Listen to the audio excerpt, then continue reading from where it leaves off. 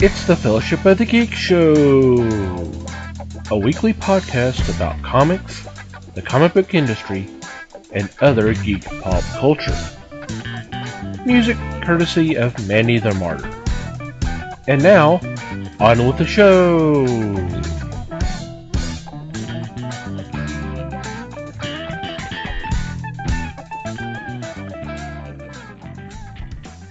Hey everybody! It's the Fellowship of the Geeks podcast. My name is Thomas Chick, and joining me for this episode is Mike Marlowe. Hey gang. Les Webster. Hello. And Liz Newman. Hello, everybody. How are you guys doing? Doing great. One of these days we're going to time that so we all say it at once. Yep, in stereo. Mm-hmm. Well, you're going to have to work with Les there, but that would be fun. Yeah. Sorry, I got the racetrack going out here. Woohoo! Uh-huh. Yay. Yay. So what's been going on in your corner of the galaxy? Well, I actually finally got by. It's been way too long since I picked up my books at my friendly local comic shop. And so I finally got to catch up on a couple of things, namely the Jetsons. Woohoo! I really like the Jetsons. That is a good title. I like, it's one of those that they really could go super cheesy with it, but they didn't. Yep. And so they've done a bunch of cool stuff where they like kind of explain some of the backstory, which I mean it's stuff you never knew about and this is clearly somewhat different from the TV show. It's things you thought about that they never talked about. Right. A lot of the questions that they never mentioned because it was severely dumbed down, they actually go into with this because this is not a comedy. And which I think is awesome. And so the last one I saw was issue 4, and they're trying to stop a global catastrophe here. I mean, it's pretty serious stuff, and it's kind of cool. The other one that I got was the first issue of Strangers in Paradise. I almost said reboot, but it's not really a reboot, is it? No. It's more. No, it's the 25th anniversary. It's more it's more sequel-y than rebooty, I think. Yes, sir. But see, for me, the thing, and I almost hate to admit this in public, I have not read any of the previous Strangers in Paradise stuff. So I'm coming at this just straight up, never seen any of it before, and issue 1 is already proving to be really interesting. So I'm kind of looking forward to reading this for a while and seeing how it reads to someone who hasn't read it before, to know what to have somebody who doesn't have any expectations, and to see how it goes from that perspective. So maybe I'll bring it up later on when we get a few issues in to kind of, I don't know, have something to talk about, I like that, Mike, because it is something to take in if you haven't read anything about it before. But it will catch you right away. Oh yeah, it totally has done that, for sure. And once again, Terry Moore is showing what I think so highly of him for, and that's expressions. He nails facial expressions so well. Totally. And does a pretty good job of selling relationships, too. Yep. Next. Okay. Yeah, I was waiting for someone to jump in. Go ahead, Liz.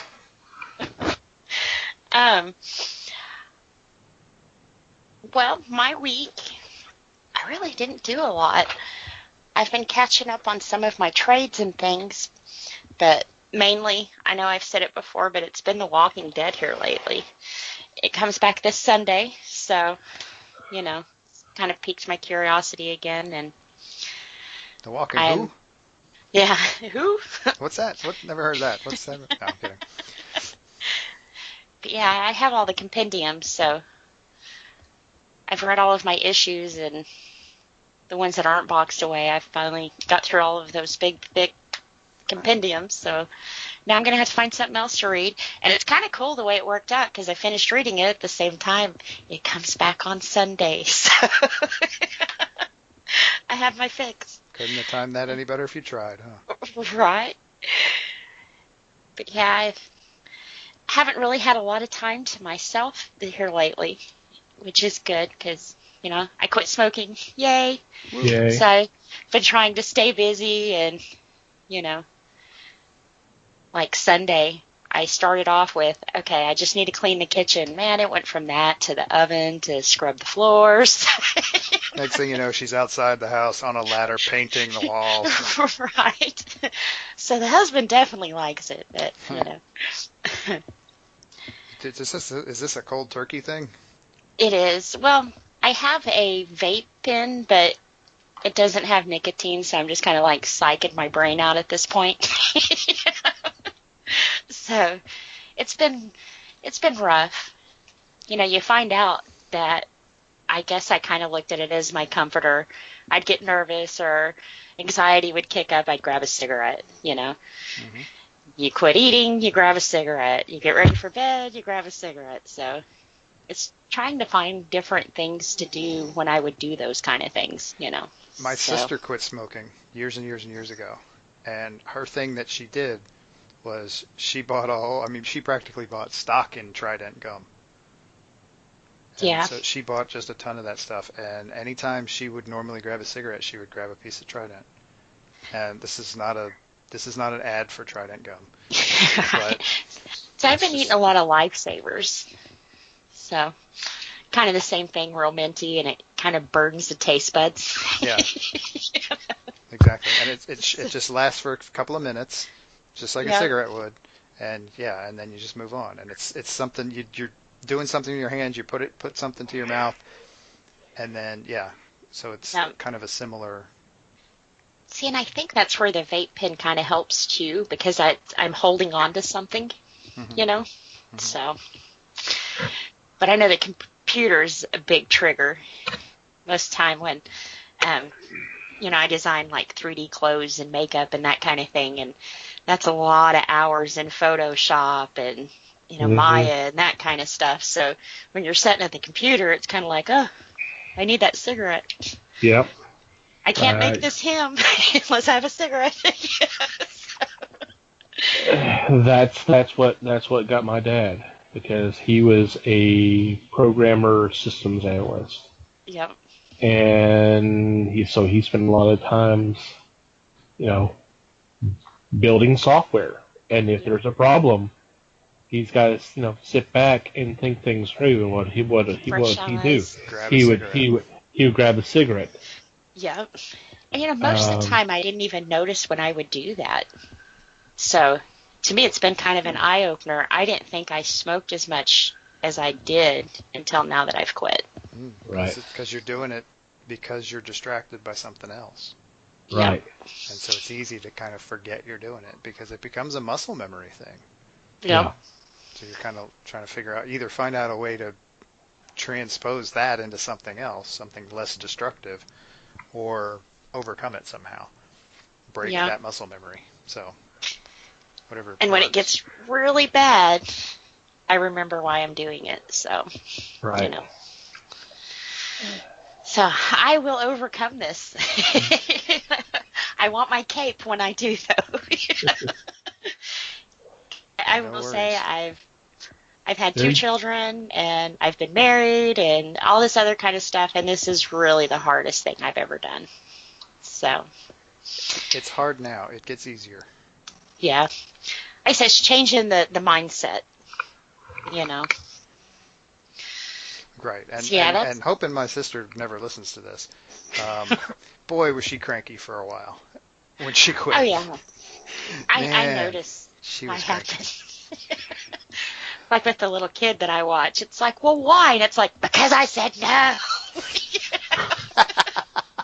And you can almost see the pea green soup everywhere. Jesus, at least I was 14 when she did it. Come on. Good.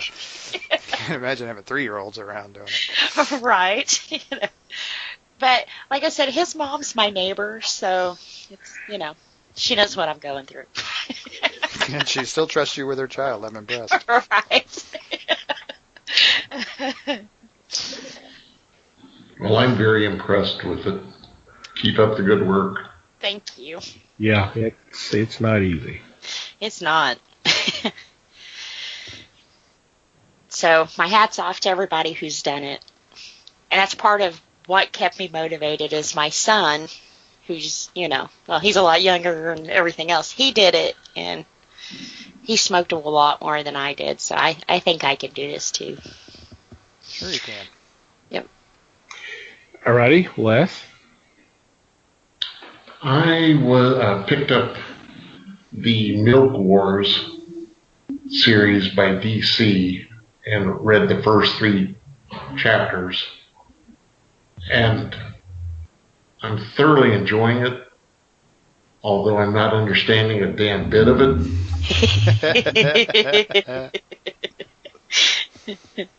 That's Jared Way for you.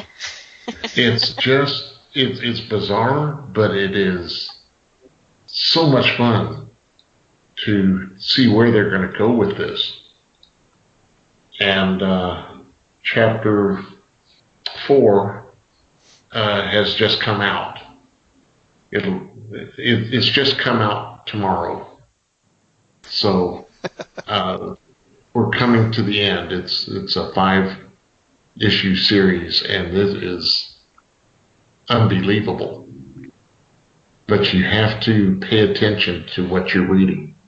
Otherwise, things just get away from you. They escape your thought process, and I end up banging my head on the table trying to figure out what the frell they're doing. But it's the big crossover between the Young Animal and DC lines of characters. So it's deep. And DC's kind of on a crossover kick lately. They do like them. Well, they've been done so well too, so. So I say when they're done well, it's pretty cool, but. Yeah. Alrighty. For me, I've been catching up on some of my reading. I had picked up another epic collection. And this one's actually the first Moon Knight.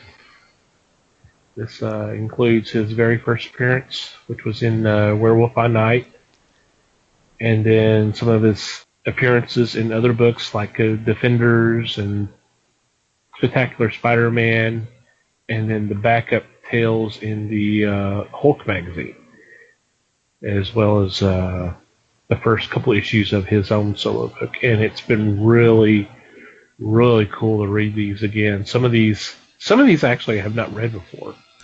Believe it or not, I have not read the Werewolf by Night stories, but the Defenders and Peter Parker and some of the other stuff I had read. But it's nice to kind of have them all together in a chronological order. And there is one story that when I was reading this again, I was like, this would make a really cool movie. And Les will probably know what I'm talking about when I say Hatchet Man. The guy who's going around attacking nurses in particular, if I'm remembering correctly. But just at night, he just kind of ran around and just attacked them. And it was such a great story. And it was such a switch right at the end. It was something that you just did not expect to happen. And I'm like, this would be a really cool movie. Now, supposedly they're going to do a Moon Knight series on Netflix. Honestly, this would actually be a pretty cool half-a-season story arc. Is it going to be live action or animated? It's going to be live action. Huh. Neat. There's been talk about it for a while, but there's really had been no movement. But if they do this would be a nice secondary backstory. While everything else is going on, there is this whole Hatchet Man murders that he would be investigating, and then the season finale would be the resolution of that story. I think it would be really good. Either way, I would love to see it live action. And I think it could be achieved pretty easily, and it would be pretty awesome. But what do I know? Hmm. Cool. You agree, Les? Yeah, I do. I think it's one that could be done well. I just hope that they don't bog it down with 11 chapters to run the series. Well, if it's Netflix, it's going to be, what are the other ones have been how many episodes? About 8 or 9, something like 10. No, it's about that. Usually between 8 and 12. Okay, so yeah, that could be a nice, like I said, a secondary story for the last half of a season. First half would be basically the origin and him getting settled in and all that. And then this could be a secondary story with something else going on, that kind of thing. Yeah, I don't think it was something you can actually drag along for. It can't be the main story for 5 episodes. I've seen that too many times on Arrow, and I was like, no, you can't do that. It sucks. So Netflix did the same thing with Iron Fist. Well, and hopefully they learned from that too, because it did not go over well, as I recall. No. Yeah, Iron Fist did not do so well, and since I have not seen Iron Fist, I can't say one way or the other. So, but yeah, there's a way to kind of incorporate it with other stuff, and where that's not the main story that you're dragging out over a course of several episodes, but it could be done. Yep. Alrighty. Before we get into this week's topic, I want to take a couple moments to thank our sponsors for their support. Things from Another World have been a sponsor of the Fellowship of Geeks for quite a while now, about a year, and we do appreciate it. And they're still running their free shipping deal, and this is good through March 7th. If you spend $35 or more on in-stock comics and graphic novels, it's free. And that's in addition to their evergreen deals of 40% off comics, statues, toys, and merchandise, 30% off pre-order manga titles, and 50% off Nick and Dent comics. Now, to learn more about the free shipping deal that's running, you can go to our website, www.thefellowshipofthegeeks.com/sponsors, and there's all the details you need to know to take advantage. And there's also links there as well that you can click on, and that'll get you to Things from Another World and let them know that we sent you their way. And knock yourself out. Have fun.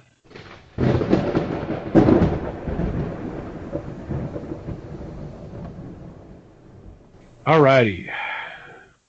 This week, we want to take a little time and devote our attention to a little movie that came out. It just celebrated its 50th anniversary a couple weeks ago. And you may have heard of it. It's actually based off a novel by a French writer. And this movie is called Planet of the Apes.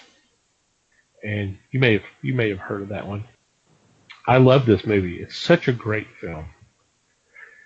Stars Charlton Heston, Roddy McDowall, Maurice Evans, Kim Hunter, Linda Harrison. Nice little cast. Great looking film. Nice piece of sci-fi. Great score by Jerry Goldsmith. It's definitely different than what you would think of.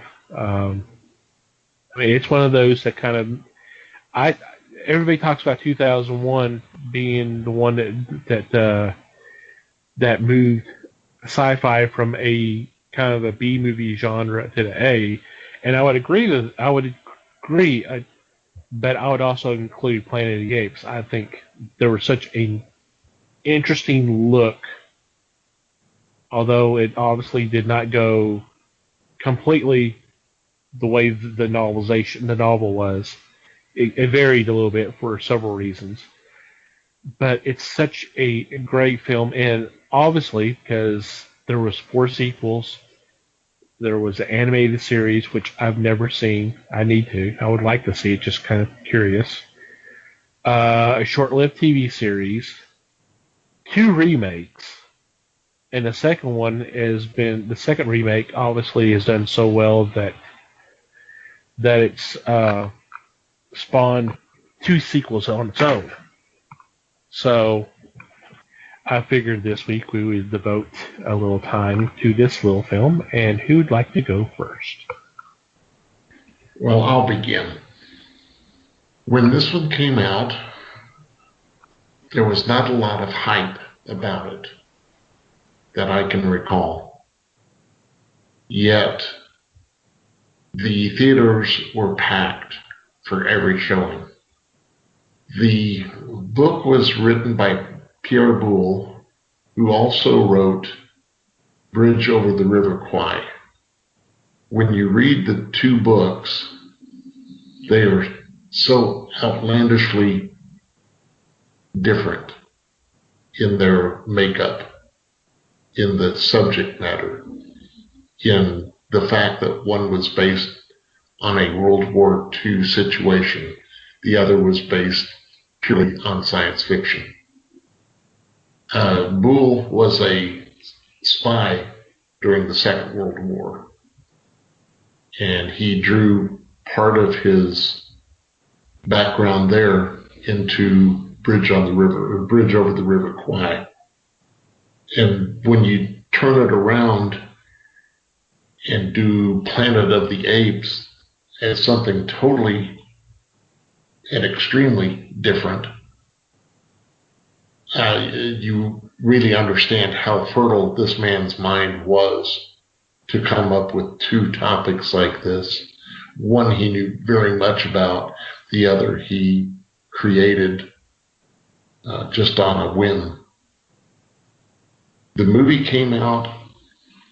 It was received extremely well by the audience, and the fact that it was written by Rod Serling, the man that gave you Twilight Zone and Requiem for a Heavyweight, was astounding. After seeing Requiem, for him to take on the writing duties for this science fiction was something that floored me. Yet it still holds. It holds up very well. The idea of Earth being under the rule of primates other than humans was astounding. You had your classes, you had those that were the military, you had those that were the upper echelons. So it was a look at humankind as the ruling body, but in a microcosm, I guess. I was amazed by this. And yes, I ended up seeing it 2 or 3 times. So to me, it filled its call. It actually did intrigue me to read more of science fiction. I mean, I was reading a lot of science fiction, but boy, this one really kicked it and said, you've got to read more, because the novel is not based on the movie. The movie is based on the novel in this instance. And at that time, there were a lot of novels that came out that were based on the movies. So you were just reading what was going on the screen. This was different because the twist in the movie was extremely different from the twist in the book. Both served their purposes, though. Yeah, and what I read said that twist in the movie was all Rod Serling. He made Yes. that up. From the other thing I read about it was that they actually had somebody else do some rewriting on that after Serling wrote it, but they kept that ending. Yeah, 'cause didn't they say Serling made it like too dark? And they kind of, I mean, it was supposed to be anyways, but they were like at some point kind of bring it back a little, you know? I don't know. Imagine that, Rod Serling making it dark. Right. That's but that shock of ending, that's pure Serling. I mean, you know. Oh yeah, he spent his whole time doing the Twilight Zone, doing that Yeah. stuff. I mean, Yeah. You know, just about all the Twilight Zone episodes that have kind of they flip at the end, they were all written by Serling. So I mean, that's kind of his trademark. it's a cookbook. Well, and the thing is they all work. Yeah. That's surprisingly, because I'm not gonna get on a tangent and a bash here, but M. Night Shyamalan has been trying to do the same thing. Has nowhere been successful. Yeah, he pulled it off a couple of times at the beginning, and then it has not managed to sustain it. Yeah. I agree. Yeah. But yeah, see, y'all are gonna hate me. Mm. Wow. Okay. We're getting our pitchforks. Dang. I have seen this movie, but I don't think I've ever watched it all the way through at one time. And I don't think I've seen any of the direct sequels, at least not more than bits and pieces.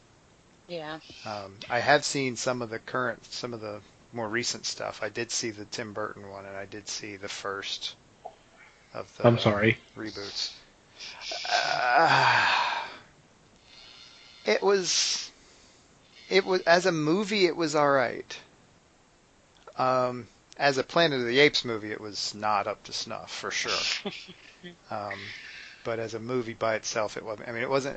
Having seen it, like coming into it, knowing not that much. Like I said, by the time that came out, I had probably seen what I've seen of Planet of the Apes. Yeah. It wasn't offensive to me because I probably because I wasn't that familiar.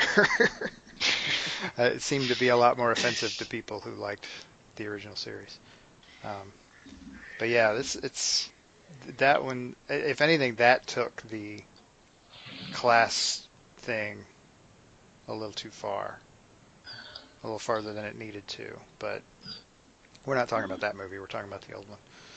Mm-hmm. Yeah, and I always that whole class thing.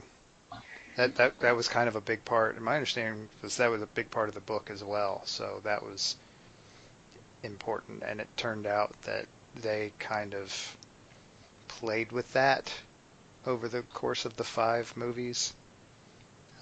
Sometimes it was a little more prevalent than others, and sometimes it wasn't necessarily just about class. Sometimes later on it became about race a little bit, and so yeah, there's the point there is that there's some serious heavy themes in there that really make the movies interesting in a kind of being relevant to current times, especially back in the late 60s, early 70s, and honestly, just as much now, I think. Yeah. See, when I was growing up, this was always played real late at night, before they played the national anthem and turned your channel off. What drew me to this movie, though, that made me want to go get it and actually watch it over again, and it's going to sound so girly for me to say so, but it was the makeup in this movie. I mean, just the monkeys themselves and how he did those, and I mean, thinking of the time, if you had a monkey in a movie, it was definitely not going to be taken serious. It was usually some kind of comic relief or, haha, there's a monkey kind of thing.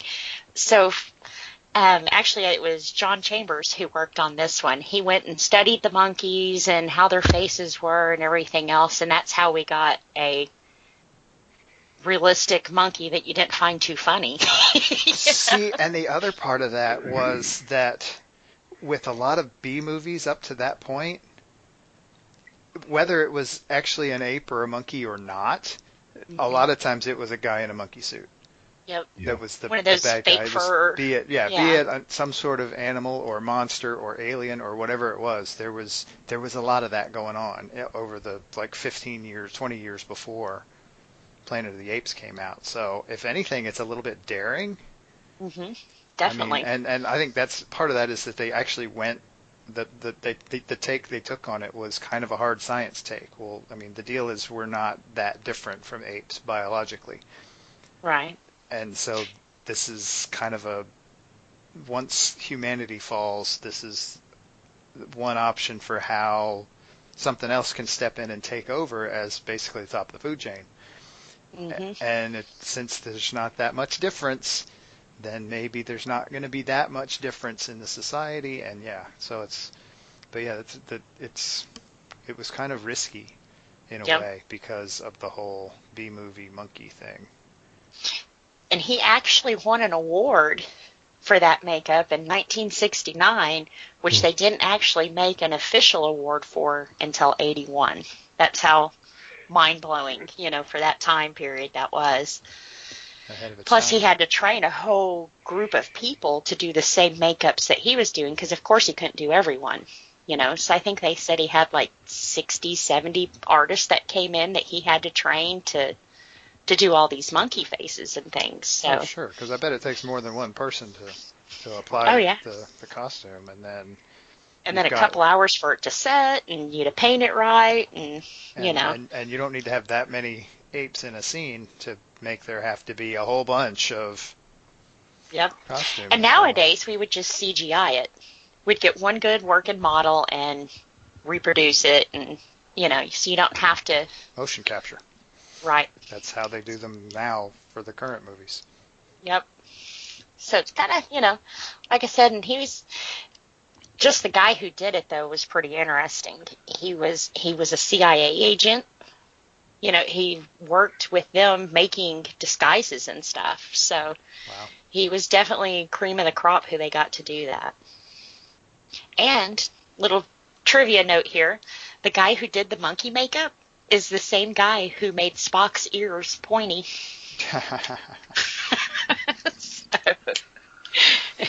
So that's the guy. That's the guy. Yep.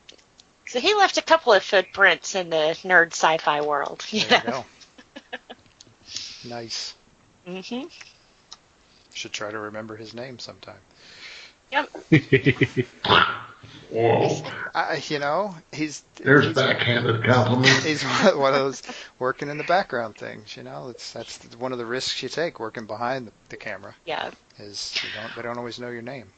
Well, the whole way he was discovered is in World War II. He was actually a medic, and once the war was over and stuff, he started working in a VA, and he started making prosthetic limbs and face pieces and that kind of thing. And that's when the CIA noticed him. They were like, hey, wait a minute. He was actually responsible for 6 American hostages they weren't released. They escaped in 19-something. It was the Iran. I think Reagan was president. So it was kind of cool because he's done these disguises and stuff pretty much all of his life, even helping veterans at one point there. So definitely notable guy there. Sounds like it. Yep. Yeah, I'm trying to find his name right now. His name is John Chambers. Okay, there we go. John Chambers. And he also, I think he worked on the Munsters, and there was a show that my grandmother would watch, and they would have like Michael Douglas or, Charleston Heston or something, and they would put these prosthetics and stuff on his face, and the audience would have to guess who the celebrity was underneath all that makeup and stuff that he did. So it was pretty cool, Like a game show type thing? Yeah, like That's a game show. That's interesting. And they would tell little pieces of their life, while they all took guesses on who it was. Huh. See, normally I'm not so into makeup artists, but I got into that show Face Off, and they bring a lot of makeup designers and that kind of thing in there, and you never really think of, wow, who did Freddy's face? It's cool looking, but who did that? So, yeah, so it's pretty neat. Yeah, that's a level of fandom not very many people actually ever reach. No.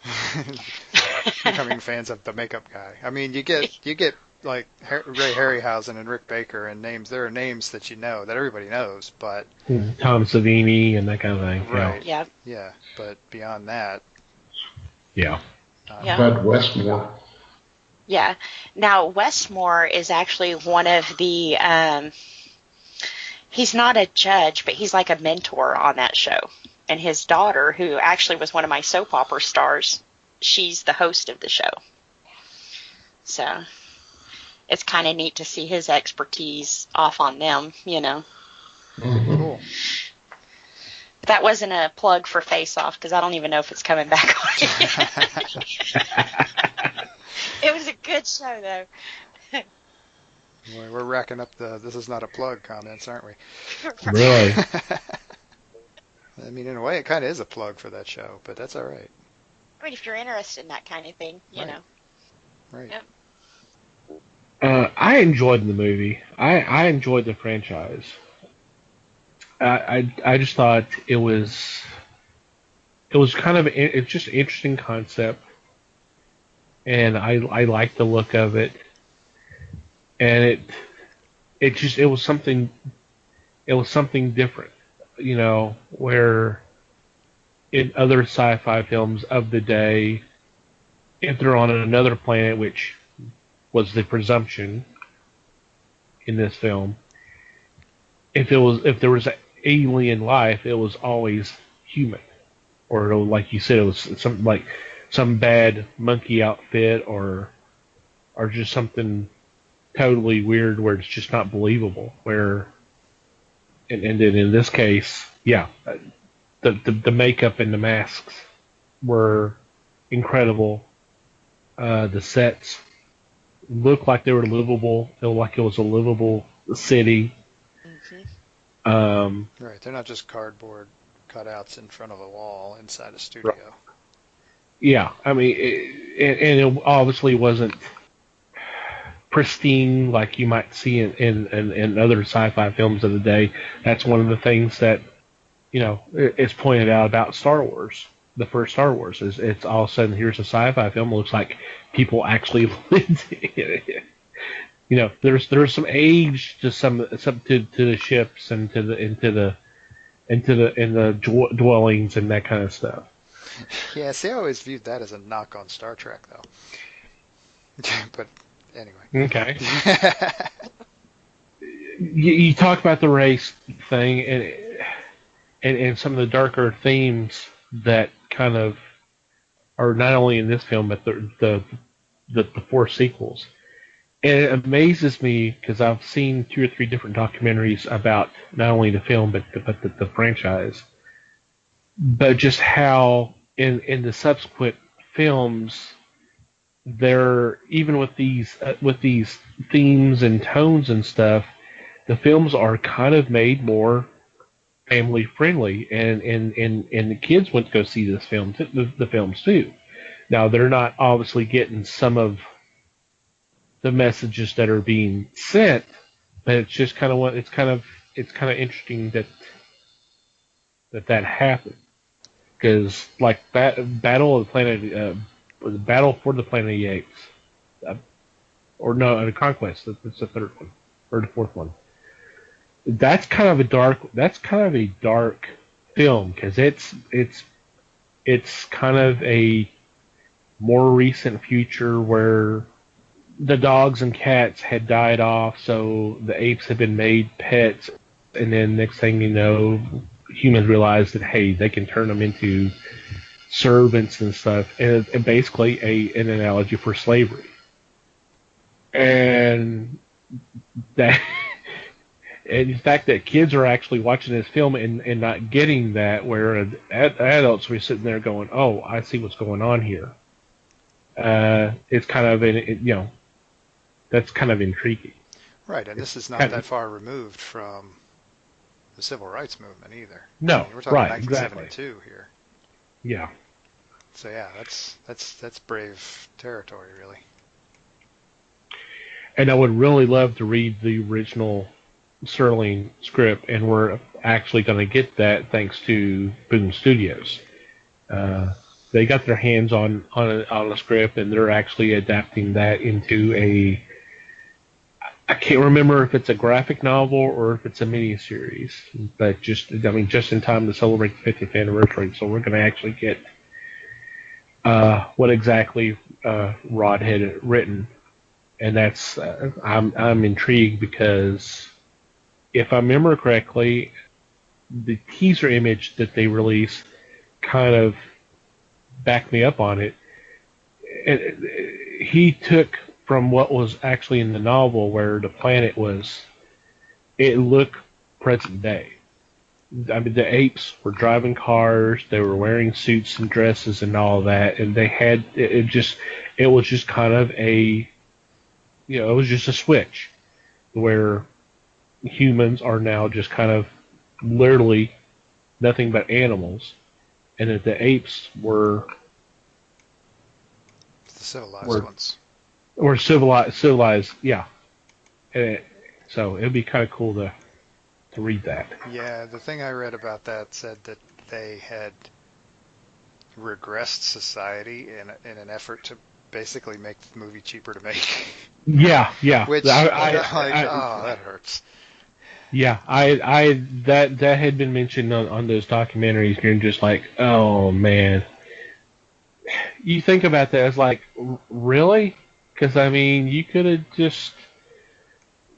You think about that, and then 3 years or 3 films later, it's all set, like I said, in a more recent future, if that makes any sense. Mm-hmm. So they're filming where it's just regular buildings and stuff. I'm like, this is what we should have got with the first film. Right. Why didn't we just do this with the first one? Because the budget wasn't bigger for later movies on those. Yeah. So it's one of the reasons the series died out, is because they kept slashing the budgets on them. Right. So, I don't know. Yeah. Another place we've gotten, and I'm bouncing off of the original movie a little here, but another place we've gotten some resurgence lately has been in comics. Yeah. Boom has done some stuff lately in the last few years. Has done a handful of different series, including some crossover stuff. The most recent one was last year, probably coinciding with the release of the third movie in the current series, but there was a miniseries just right around when the third film of the new series came out. You're right, and then there's one right now that's based off of General Ursus, who's in the second film, and that one's been really interesting. Cool to read, because here's a character that you only really see in the second film, and with that, they're totally fleshing out his character on why he is this way and how things were, and actually filling in some details from the first film, which is kind of neat too. I mean, it's some things you kind of go, okay, well, how, particularly regarding to the Taylor's crew. what happened to them, how did they get to where, how we eventually find them later on in the film. It kind of fills in those kind of details. You know, obviously that was stuff that didn't really have to be told, but it's kind of neat to read. It's just okay, that's you know, Sure, fleshing out those characters, absolutely. yeah. It's been really good so far. So you say you're a fan of the old series. Hmm How are you feeling about the current series? I've enjoyed it so far. I mean, I did, like I said, I did not like the Tim Burton version. No, I'm not counting that either. Don't Right, worry. right. But this current version's been kind of interesting because it starts off pretty much based off somewhat of similar to the events in the fourth film, which I just mentioned. But it's been kind of an interesting take, and it's obviously it's just been so well written, and obviously it's done so well that there's been two sequels, and I haven't heard about another one, but I think it's obviously done well enough to where if they decide to, that it's almost no brainer. But it's been a kind of intriguing because it takes some of the concepts from the original franchise, but kind of goes in different ways and kind of fills in different details and modernize it, and it's been really good. I've been pleased with it so far. I don't know, Liz, have you seen them? I don't think I have.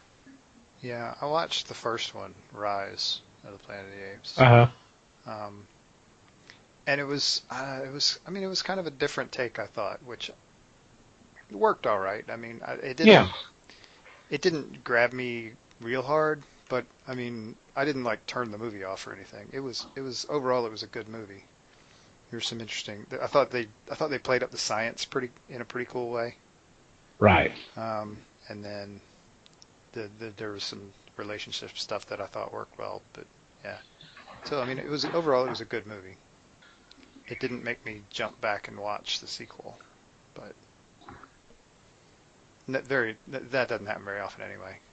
Yeah, I was about to say you're not much of a movie watcher. I'm funny that way. Yeah, I have to admit I kind of had to make myself watch that one because I kind of wanted to know what the deal was. I kind of wanted to see what it was that made it so successful. And I mean, it was a good, like I said, it was a good movie. That's what made it successful.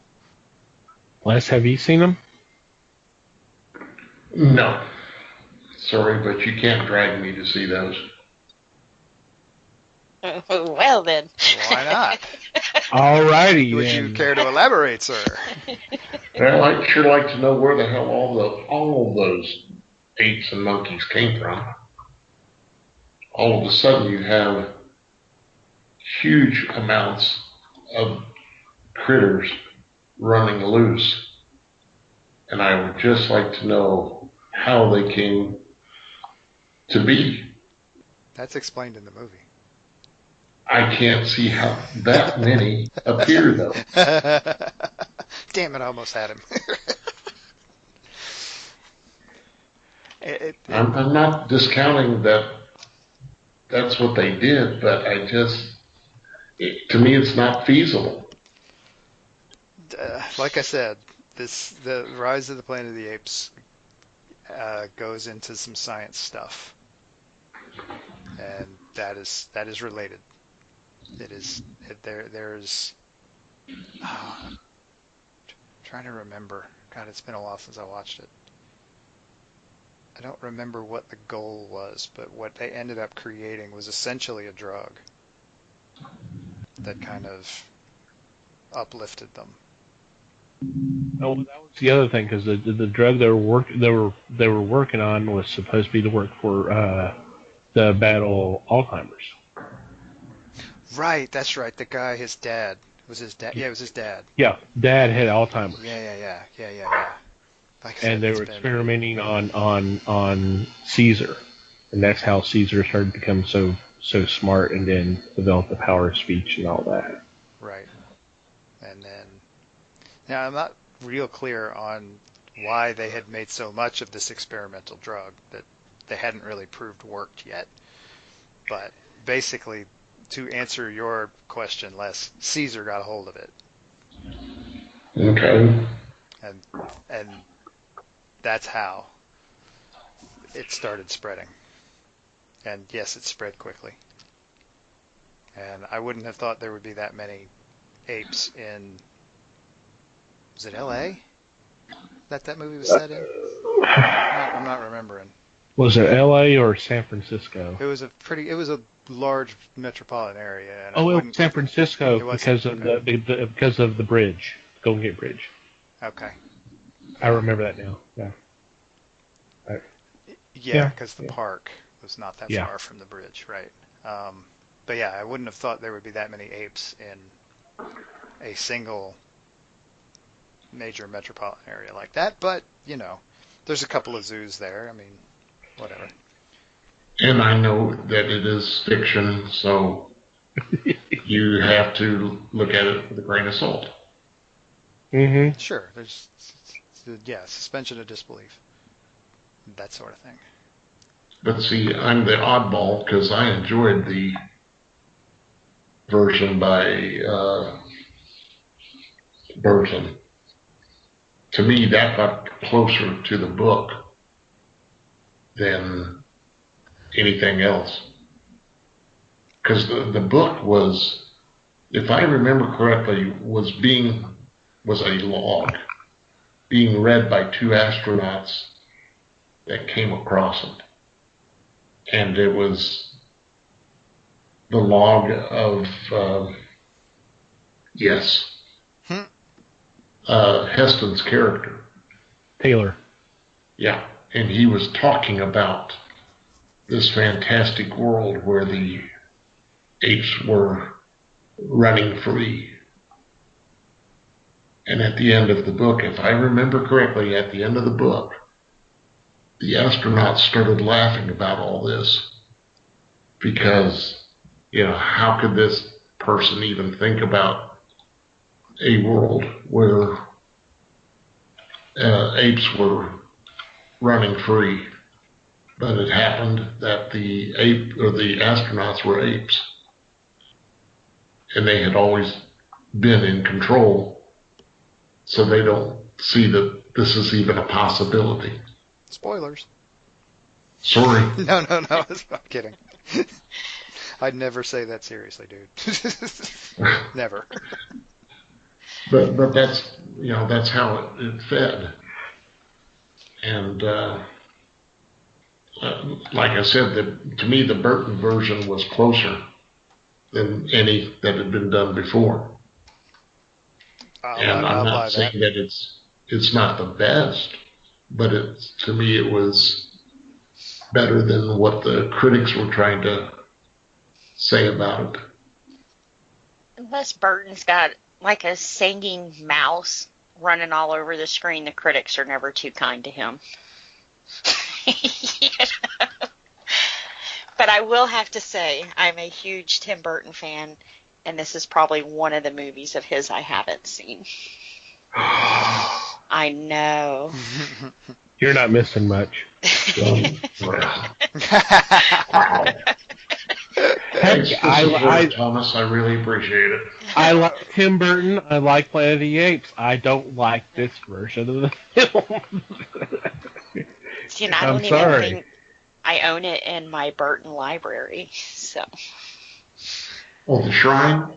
Yeah, the Shrine. The Burtonomicon. Till the day I get to meet him and lick his brain, Oh, wow. I'm telling you, I really think he'd be down for that. He probably would. Hey, and he's single now, so,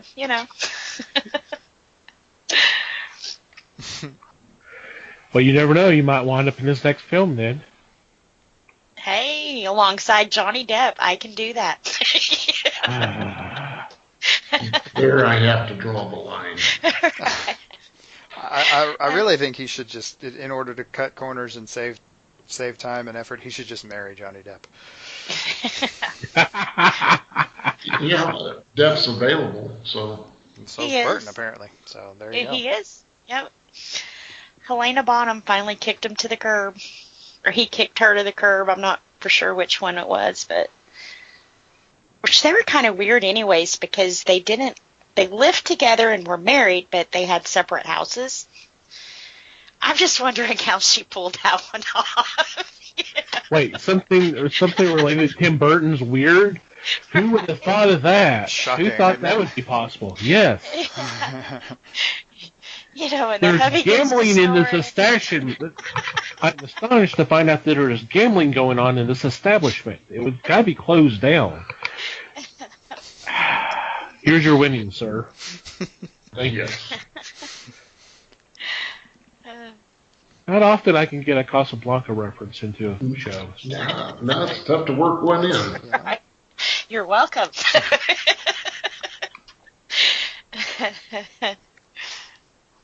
Yeah, I always found that unusual. Sure. I mean, you've seen some relationships where they've talked him into another room, but a whole nother house? I mean, come on. It's the same shit, it's just a different scale, that's all. That's true. If you had Tim Burton money, you could do it too. That's true. The surprise ending of the original took everybody in the theater by shock. It served its purpose. There is no doubting that. And that image has been used over and over in comics and in advertising. And in Spaceballs. In Spaceballs. Yeah. Oh shit, there goes the neighborhood. Another spoiler right there. Okay. So it's interesting that a classic like that can even survive the pundits and the stick pokers trying to get this just this little nudge out of the audience, and it still is pretty awesome. If you see it on the big screen, it is amazingly good. Now that I have not. I have not seen that on a big screen. I would love to. That would be cool. That's one of those that really needs to be watched on the big screen, because it just, especially the sequences in the Forbidden Zone, kind of give you just how vast the area is. Yeah, I would definitely love to check that one out on the big screen. Pity we don't know somebody who owns a movie theater. We could sell this. Sometimes though there's a drive-in. Is it Crandall or Enos or somewhere like that? But sometimes they do sci-fi nights, so it's possible. I don't know if that's the big screen you want to see it on, but then they probably do the old one with the new one, Right. Well, with it being the 50th anniversary, I'm sure there's going to be something tied with either Alamo or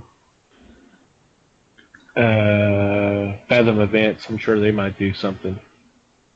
That's true too. I can see them doing something like that. So. Yeah. Alrighty. Any final thoughts before we wrap things up?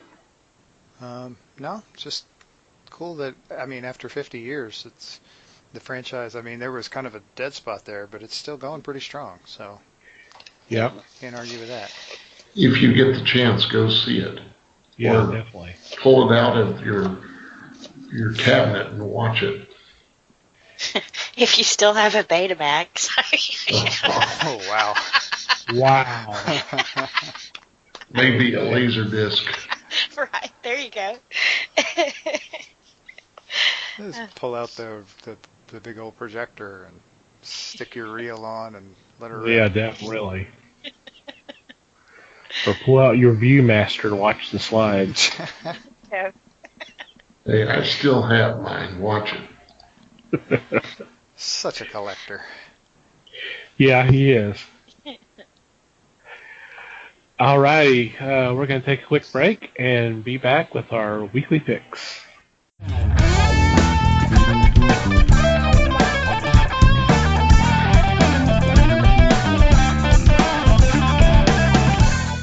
And we're back. It's time for weekly picks, and leading off is Les.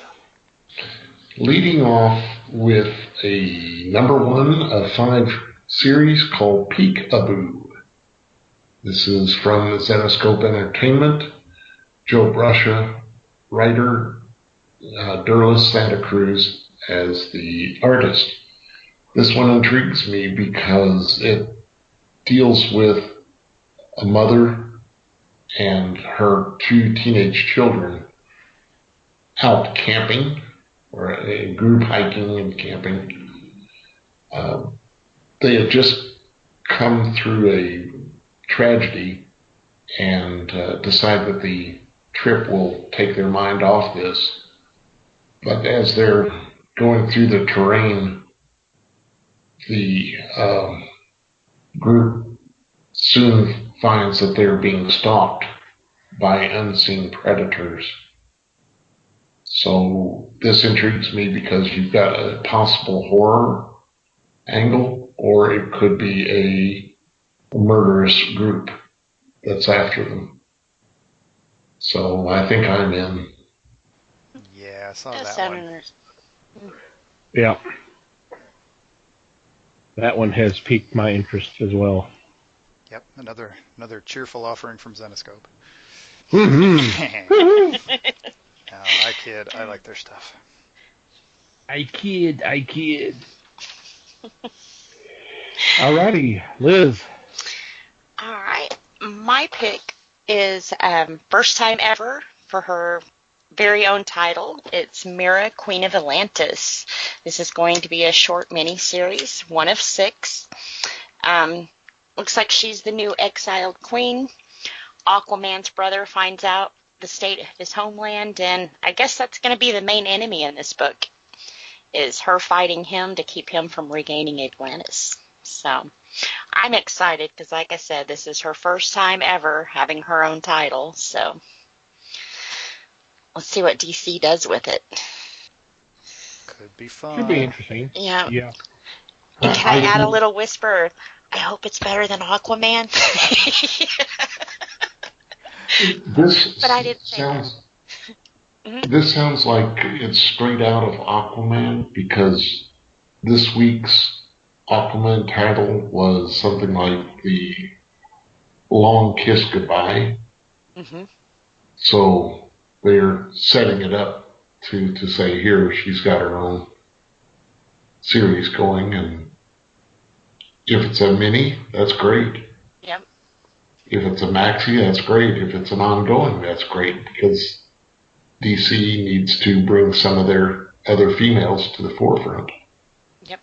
I'm surprised they haven't done this with her before, though. You know? True. I'm the same way about it. But it's kind of cool because everyone's like, well, why don't you just, instead of changing our characters, well, this one they didn't have to. They just kind of, like you said, pulled from the bag they've never pulled from before. So, nothing different. Aquaman, still Aquaman.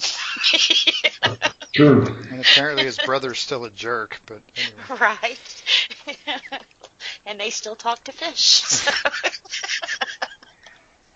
Oh, God, we're not going there again, are we? Jeez. Dr. Doolittle of the Sea. Alrighty, Mikey. Okie dokie. My first pick is a Dark Horse book, and this is called Hungry Ghosts. This is number 2 of 4. And the premise here is a really rich guy has brought together some friends and hired a bunch of chefs to come in and cook an awesome dinner, and then he drags them all into the rich guy drags them all into a room, and they all have to tell a story. And I'll warn you, I'll set this up right up front. This is a horror book, just so you're not thinking that it's happy, fun stories. But the first issue had a couple of really cool stories, and so I'm looking forward to seeing what we get in the second issue here. And the other kind of notable thing is that this book is co-written by famous chef Anthony Bourdain. So it's the fact, and the fact that it's actually pretty well written so far is kind of cool. So. Yeah, this is Karen Berger's imprint. Yes, it is. Cool. Yeah, this one's definitely interesting. I definitely want to check this one out. Alrighty. For my first choice, I'm turning toward Boom Studios, and it's Abbott #2. I talked about this miniseries a week or so ago. Really digging. I really dug the first issue. Really, it just was so great. If you have not had a chance to read it, go pick it up when 2 comes out. Go ahead and get the first 2 issues. It is about a black female reporter in early 70s Detroit who's investigating a series of murders that have a supernatural spin to it. It has been compared similar to Kolchak, the Night Stalker, and that was the intent. I really love the first issue. I can't wait to see where things go from here. It's written by Saladin Ahmed with art by Sami Cavilla. It looks great. Like I said, the first issue story was awesome. Can't wait to see where we go from there. Yep, I'm on board for this one too. Yeah, good choice. Mm-hmm. Alrighty, Les, you're up again. Okay, for my second choice, I'm going real dark. This is from American Mythology Productions. It is Casper and Hot Stuff. And there you've got me. Just those characters. I remember the Harvey comics and reading Casper, Hot Stuff, Wendy, Little Dot, Little Lotta, Stumbo the Giant, things like that. And this is a #1, and I'm ready for some more humor. If they follow the pattern that they have in their other books, they will have probably a story from the past as well as their new writings and drawing. So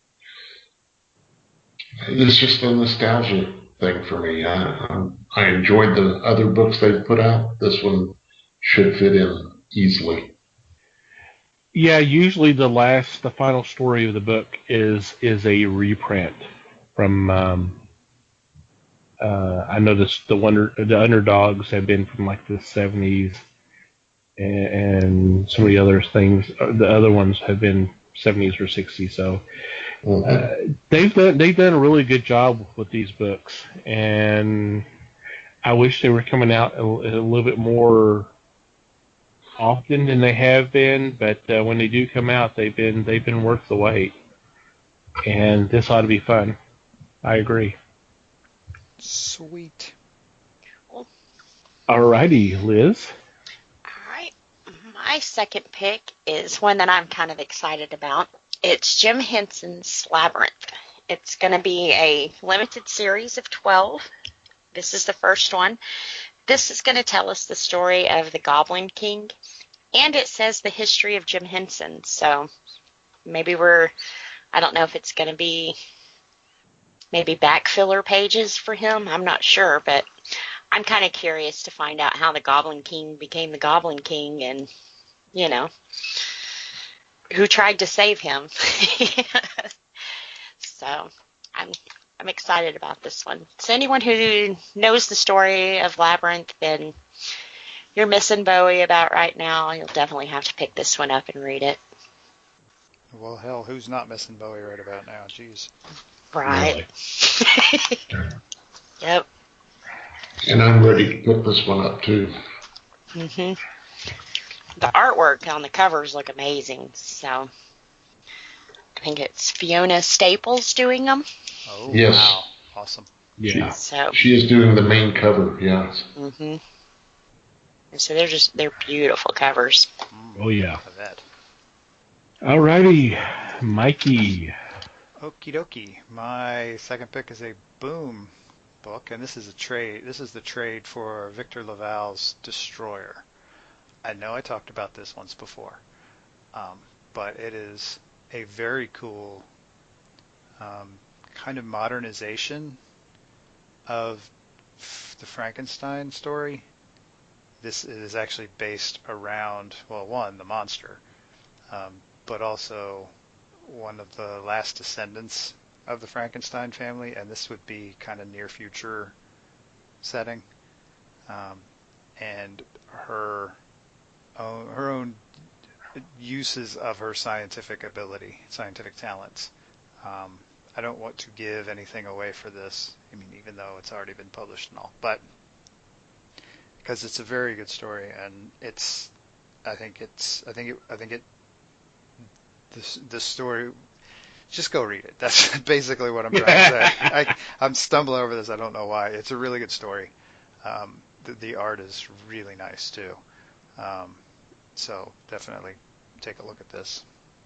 It was a really interesting story. Yeah, I liked it a lot too. Yes. Oh, good choice. For my second pick, I'm turning to DC Comics. And it's their latest addition to the Age of Heroes line, The Terrifics, written by Jeff Lemire, with art by Ivan Reyes. And this is the team-up of Mr. Terrific, Metamorpho, Plastic Man, and Phantom Girl. And from what I read of the synopsis, is there's something that forces them to have to team together. There's like an accident, and it causes them to literally be kind of linked to each other. And I kind of flash back to the Eric Larson run of the Defenders back in, I don't know if it was late 90s or early 2000s, somewhere around there, where in this is the Doctor Strange Hulk, Silver Surfer, and Submariner team, where they were bad. They dealt with this threat, and I forgot who the sorcerer was. I don't remember if it was one of their main guys, or whatever. But the entire time they were bitching at each other and arguing with each other and all that. And the sorcerer caught this and says, "Okay, well, I cursed you. Anytime there is a catastrophe, y'all are forced to come together to deal with it. Y'all can so that's basically the premise of the series. Next issue, something happens, and all of a sudden they all from wherever they're at disappear and show up to deal with the situation. So it's I seriously doubt that's what's going to happen here, but I just kind of like that thing, and of course we like Lemire's writing and Reyes' art, so it should be a fun ride. And of course, there's some ties to the Dark Knight's Metal, which is about to come to an end. So I'm hoping this is going to be a fun ride. I think it will be. I like the idea of Lemire writing Plastic Man. I just think that will be interesting. Yeah, definitely. All right, and the honorable mention this week is from IDW, a collection of the strips called Dirty Duck. Bobby London started this comic strip in National Lampoon back in its heyday. This was 1971, around there. And yes, I was there, and I picked up first issues of this, and Dirty Duck just cracked me up. Not quacked me up, but cracked me up. It Wah, wah. is uh, Bobby London was an artist for the comic book Popeye at one time, but he had a falling out, and he decided to start his own strip called Dirty Duck. Dirty Duck is just that. Believe me, this is not for children. This deals with fetishes. It deals with sex. It deals with nudity. It's just there. And believe me, I never laughed so hard when outside reading this strip. It later went on to be part of Playboy magazine. But in this collection, they bring you so much of the strip Dirty Duck, and I think I'm going to go beg my comic book shop people to find this for me. This has got to be well worth it. Mm-hmm. Tell them you need two. Yeah, they love that when you do that. Yeah. Don't they, Tom? I don't know. What are you talking about? Alrighty, good choices all around. Any special mentions or shout-outs this week? Not for me.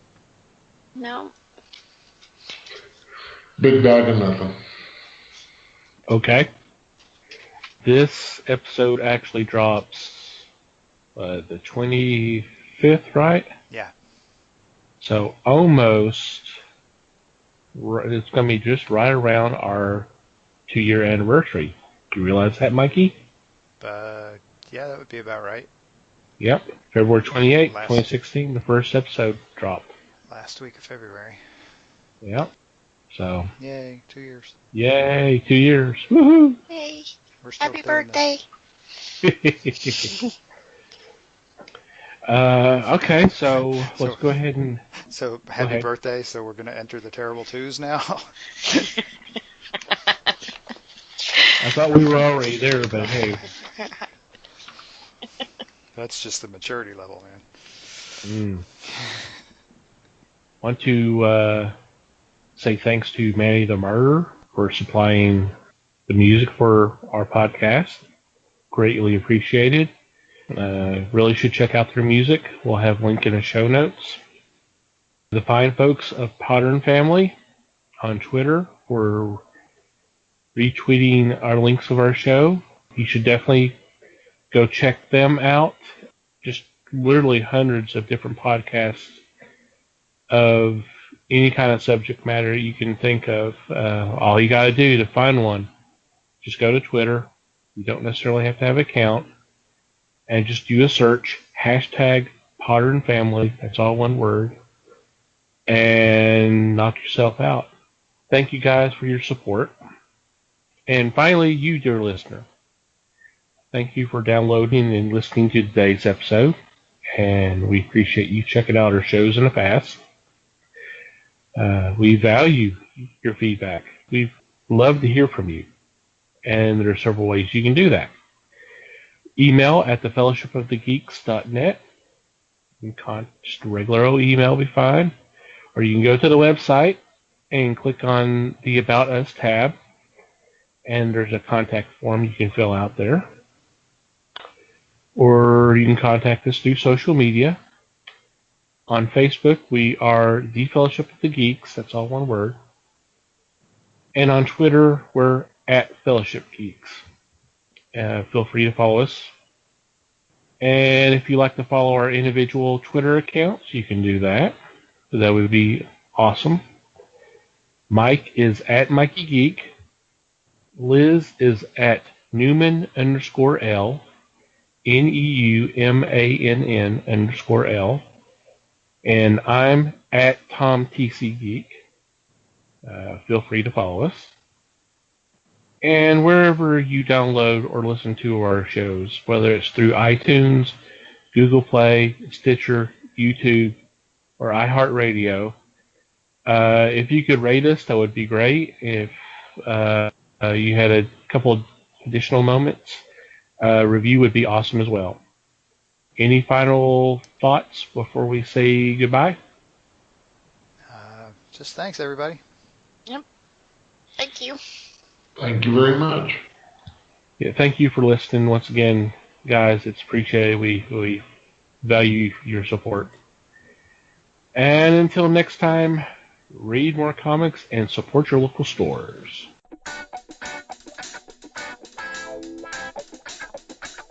We thank you for listening to the show. Comments, suggestions, and questions can be sent to email@thefellowshipofthegeeks.net. You can follow us on Facebook at The Fellowship of the Geeks and on Twitter at Fellowship Geeks. Until next time,